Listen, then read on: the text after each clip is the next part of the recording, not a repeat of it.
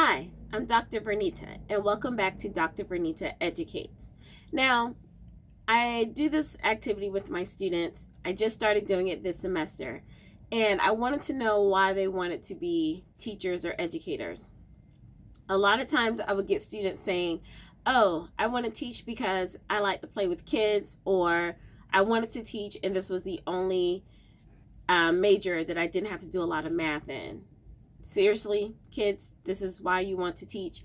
So I would used to get frustrated. So now I started doing this activity because I started doing this activity in my own life and I wanted to do it with my students.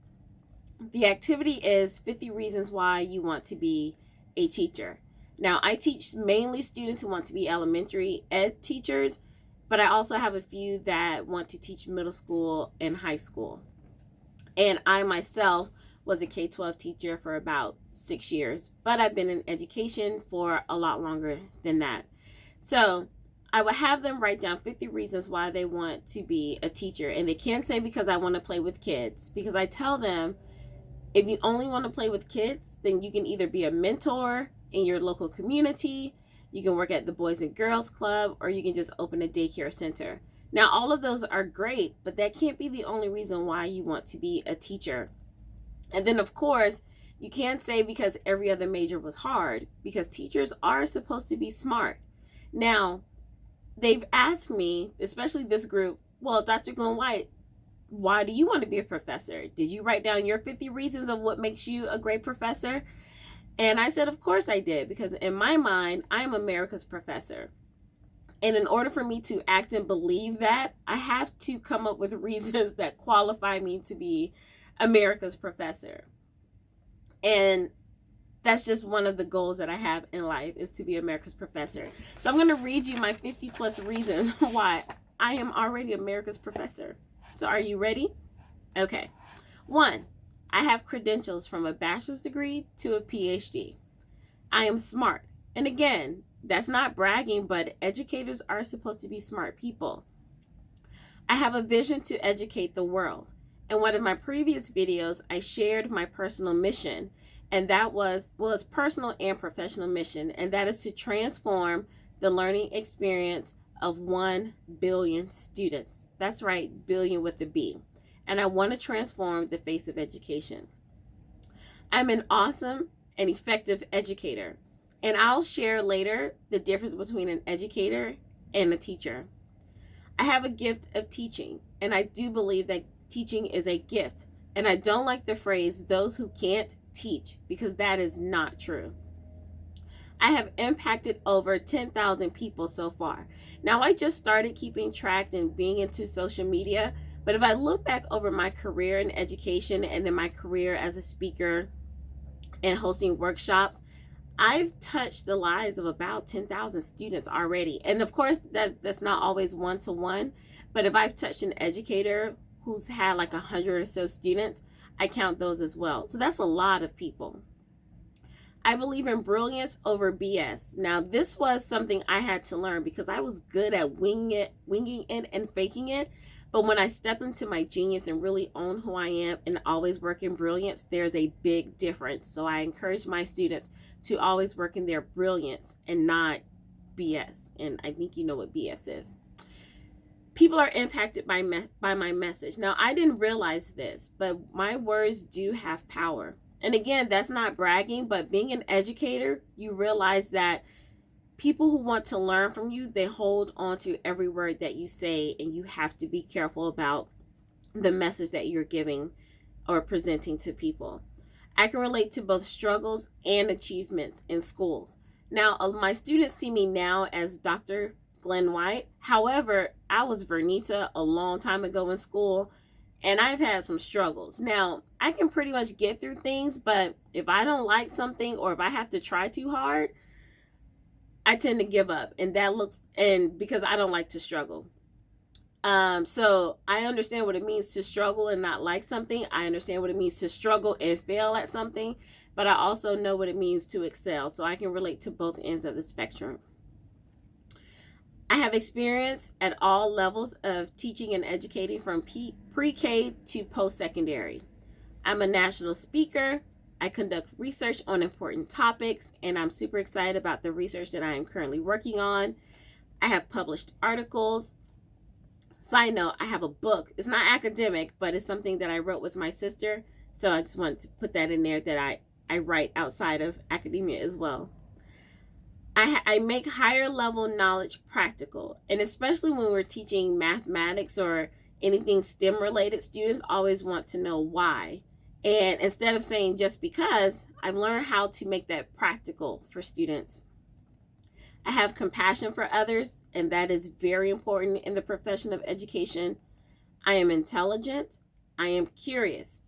You always want to remain curious as an educator.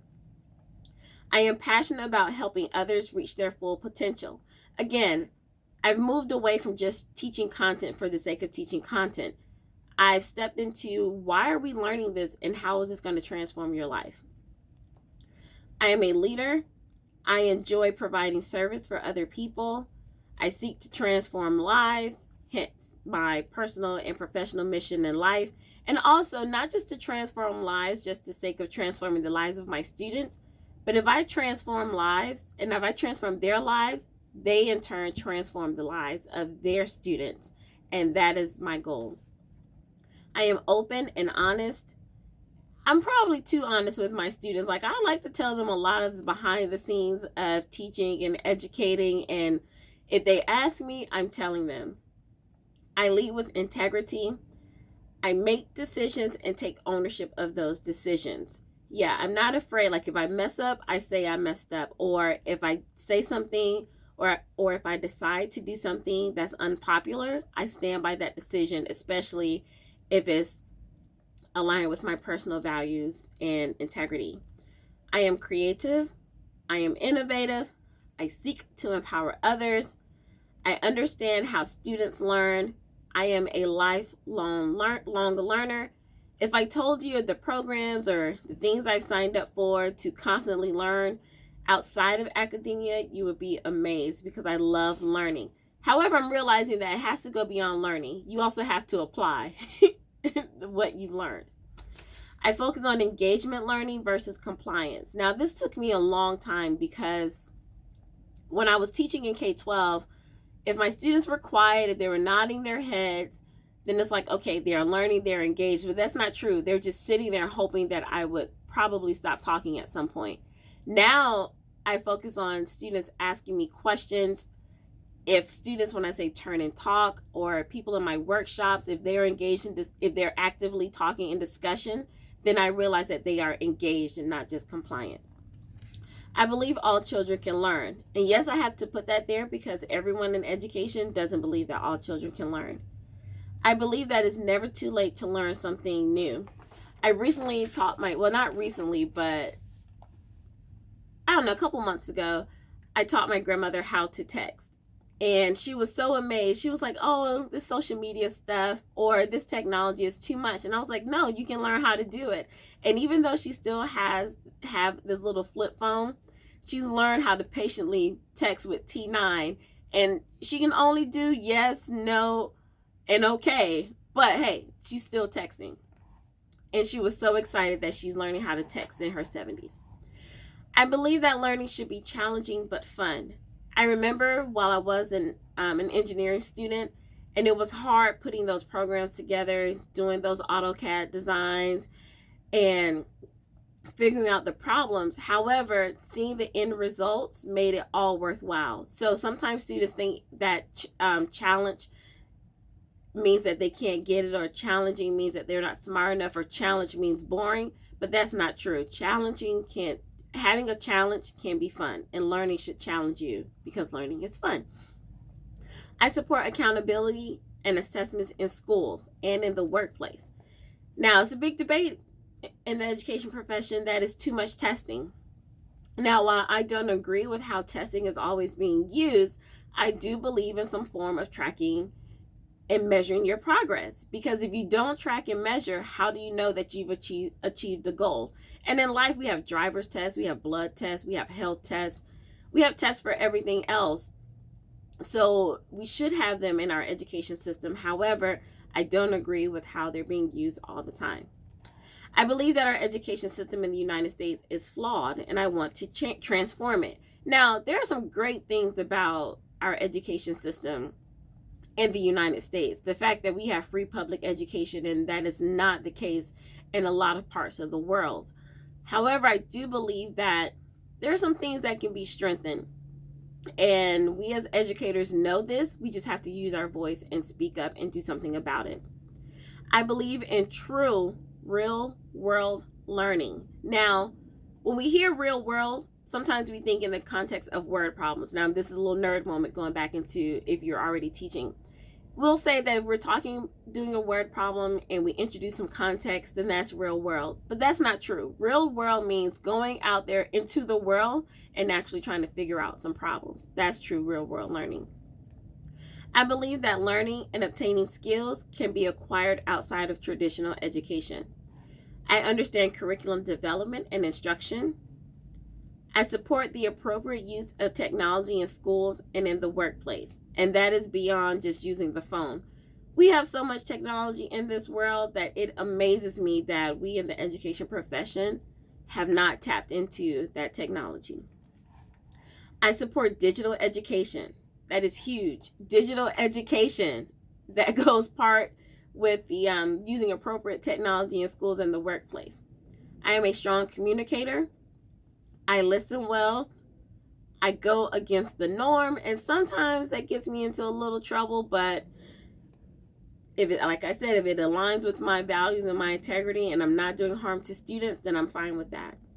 I know when to collaborate. I am flexible with my thinking. And when you're in academia around people who like to just talk and share their ideas, you have to be flexible. You have to open up your mind to things that you may not agree with or things that you didn't know about, because that's how we all learn. And that's within education too. You can't just be stuck on how you learned something. You have to be open up to all other ways of thinking. I work beyond the status quo. I have effective management skills. I have time management skills. I build capacity in others, meaning that it's not enough for you to always come back to me and want to learn how to do something or figure something out. I want to give you that knowledge, those tools, those skill sets so you can do it yourself and to teach others.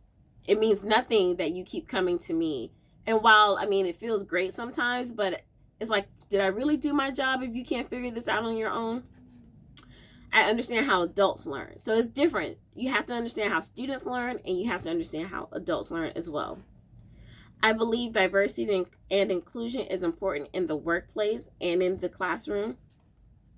I am decisive, and I believe that culture should be the foreground of learning. So those were my 50 plus things as to why I believe I'm America's professor. But before I can be America's professor, I have to be the professor to the students that I serve and to everyone I encounter. And no matter if I'm talking to one or many, these are the things that I want to make sure that I leave with those people, or these are the things I also want those people to say about me when I'm not around. So I encourage you to write out your 50 reasons why you want to be whatever. Teacher, administrator, mother, father, parent, whatever. Because if you don't know why you're doing something, then why are you doing it? So thank you for listening to me. Thank you for stopping by. And again, you're watching Dr. Vernita Educates, and I look forward to talking with you soon. Bye.